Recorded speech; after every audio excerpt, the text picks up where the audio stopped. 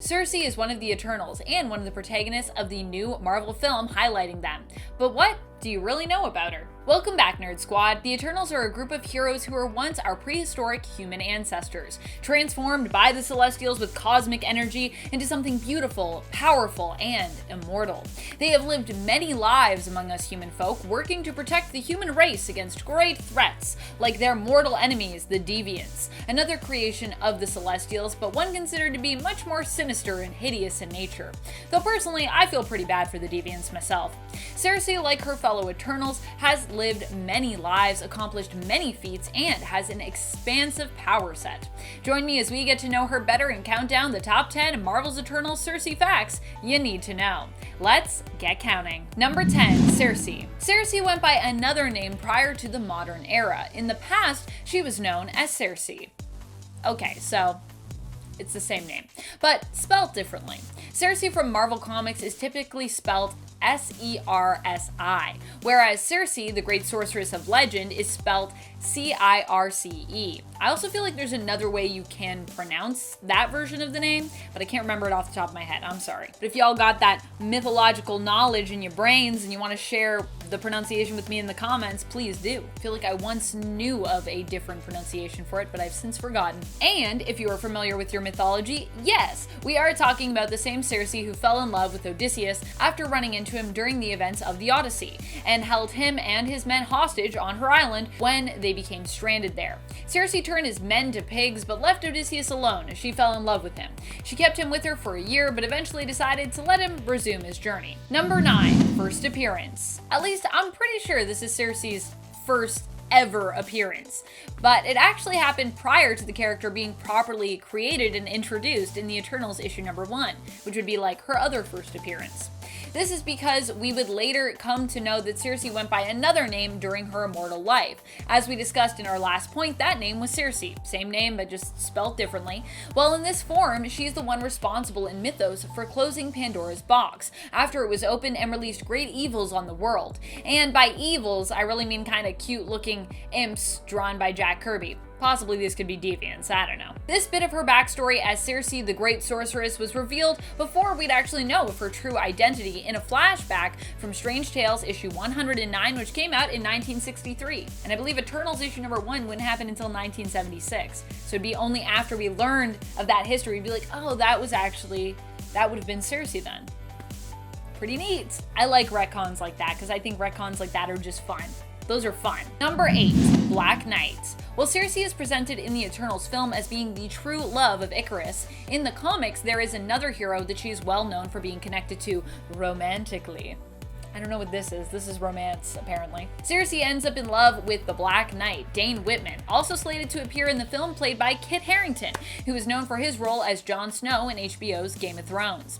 Dane Whitman was in love with Crystal, but also had feelings for Circe, which meant the three ended up in a sort of love triangle for a while. Love triangle. I need to do a top 10 list on comic book love triangles because I feel like there's a lot of those. Number 7, Party Girl. Circe loves throwing parties. It's just her way. In fact, parties were considered such a big part of her life that when all the Eternals were made to forget who they truly were by Sprite as revenge, Circe became a socialite and party planner. Even with her mind kind of wiped of her past lives, her love of parties remained and ultimately became her career of choice. And she was in such denial of being an Eternal that she actually preferred to live her life as she had been, initially refusing to confront the truth of her identity and go back to living a life as a hero and an Eternal. I wish I could go to one of Circe's parties. I wonder if we'll actually get to see these parties in the movie or not.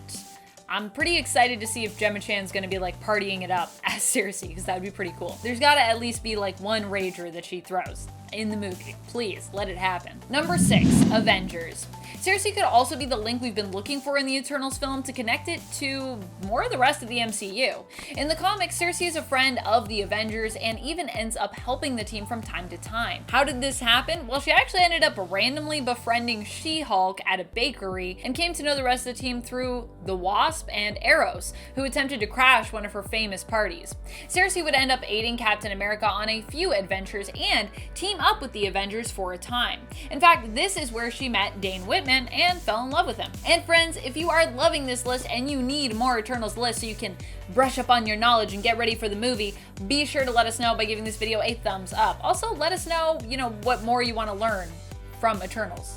There's lots to know. And although I've heard a lot of people being like, I don't know how I feel about this movie, I personally think Eternals is going to be so hype, and you're definitely going to want this knowledge.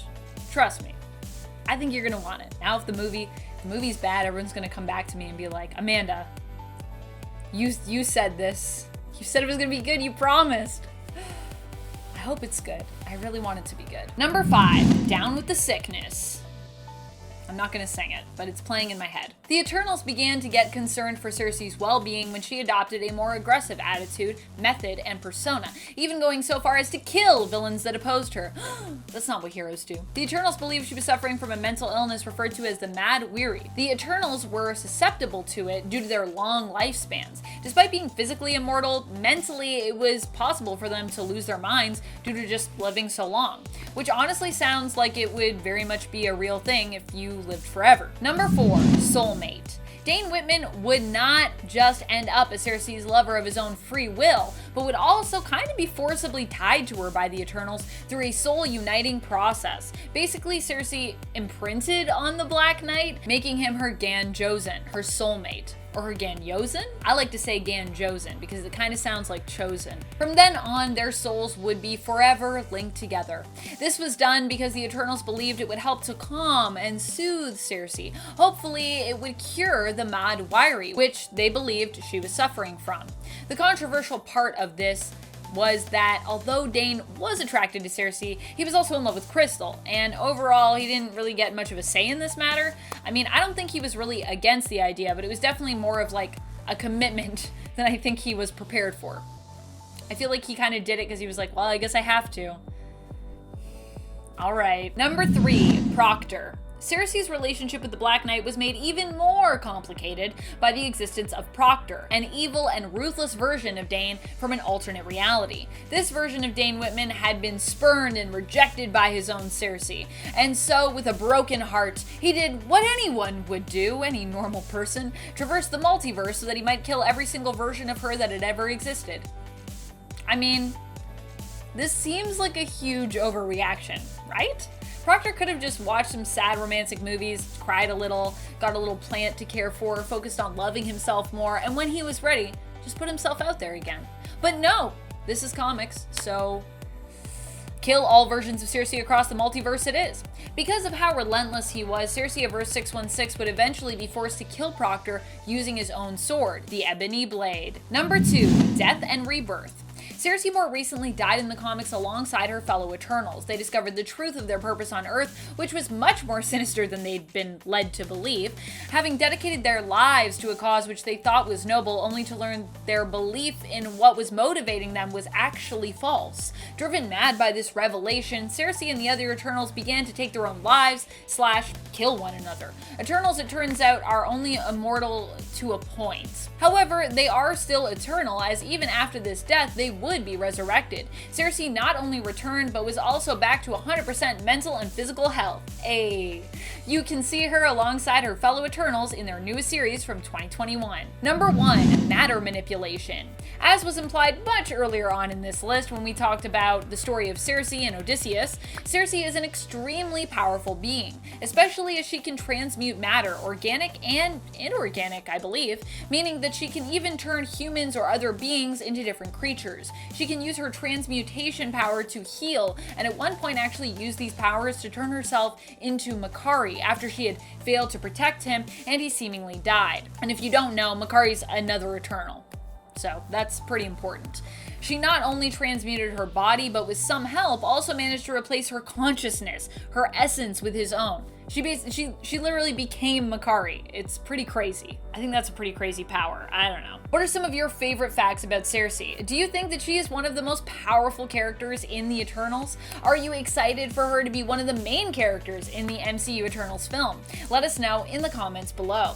And speaking of comments, it's time to turn to some comments from one of our latest videos, Eternals Origin Short. I never have done comments for a short, and I'm excited about it. I love making these short videos. If you haven't checked out our video on Carnage and the Eternals yet, which are both shorts, what are you waiting for? Each one gets you juiced up with info, all in under a minute. And yeah, they're really fun to put together. Chris Bradley comments, "The Eternals are amazing. Get narrating, Amanda. I love how your voice sounds when you narrate." Thank you so much. I love narrating, and yeah, I don't know. I feel like I'm practicing my ASMR when I'm doing those videos. Yeah, and I also just, wow, that vocal fry though. I also just love narrating in general and voiceover work. So yeah, totally down to do more of that. Also, someone booked me for more of that because, yeah, it's fun. Trax Advent asks, what is going to be the plot of the Eternals movie in the MCU? And will we see each of the Eternals getting their own screen time so that we can learn more about each of them? Well, I don't know what the plot will be. I feel like it might have to do with Celestials because that's kind of their thing. We definitely know they're going up against the Deviants, so the Deviants are going to be in it. As for them getting enough screen time, I mean, I hope so. I feel like there's a lot of Eternals, so I feel like it's a lot. It's a lot to take on, but I have faith. Film is really good as a medium, I think, on giving us information really quickly. So we could probably get to know them pretty well in the course of a movie if it's done in a smart manner, and I think it will be done in a smart way. CJ responds, I like these a lot better than the top 10s personally, still good content. I hope we can get more of these. I definitely want to do more shorts for you, so keep an eye out because I'm sure they're coming. And I love top 10s, I love shorts. Let's just do everything, you know, all the contents. There's so many other things that I want to do too on this channel. Hopefully we have lots of exciting projects for you coming up soon. Stay tuned. And that's all the time we have for comments today. Be sure to comment below for a chance to have your thoughts and questions responded to in a future video. This has been Top 10 Nerd, and I am your host, Amanda McKnight. Till next time, you stay nerdy, YouTube.